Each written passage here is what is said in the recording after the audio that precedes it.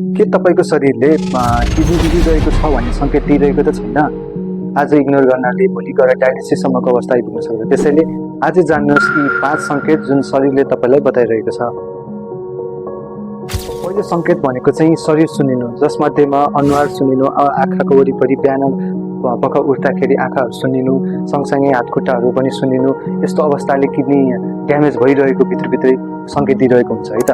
अर्को भनेको चाहिँ पिसाबमा परिवर्तन, पहिलाको भन्दा पिसाब कम हुने, पिसाब फेर्न धेरैचोटि जानुपर्ने, साथै पिसाब फेर्न जाँदाखेरि चाहिँ पिसाब फिज जस्तो, साबुनको फिज जस्तो आउने, साथै पिसाबको कलर परिवर्तन, जस्तै पिसाबमा रगत देखिने, रातो पिसाब आउने, यस्तो पनि तपाईँको किडनी भित्रभित्रै ड्यामेज भइरहेको छ भने देखिने गर्दछ।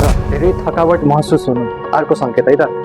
किडनी ड्यामेज भएको, किडनी बिग्रिन लागेको अवस्थामा भएको मान्छेलाई धेरै थकाइ लाग्ने, सामान्यतया काम गर्दा घर चाहिँ काम गर्दा, जसले गर्दा तपाईँको कामहरूमा असहजता हुने, धेरै थकानले गर्दा यो पनि एउटा सङ्केत हुनसक्छ।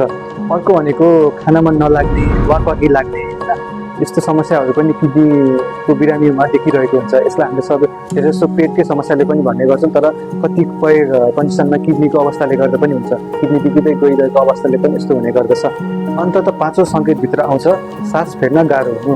पहिलाको तुलनामा काजहरू राम्रोसँग गर्न नसक्नु, सास फुलेर आजस्तो हुने, सास फेर्न गाह्रो हुनु, अनि यस्तो कारण चाहिँ किडनीले गर्दा हुन्छ भन्छ। किडनी बिग्रेपछि फोक्सोमा पानी जमेको कारणले गर्दा चाहिँ कतिपय कन्डिसनमा चाहिँ सास फेर्न पनि एकदम अप्ठ्यारो भइरहेको हुन्छ। सास फेर्न गाह्रो हुनु पनि फोक्सो मात्रै नभएर एउटा किडनीको ड्यामेज हुँदै गइरहेको एउटा सङ्केत पनि हुनसक्छ। यस्तै जानकारीमूलक भिडियोजको लागि हाम्रो पेजलाई फलो साथै युट्युबमा सब्सक्राइब गरेर साथ दिनुहोला।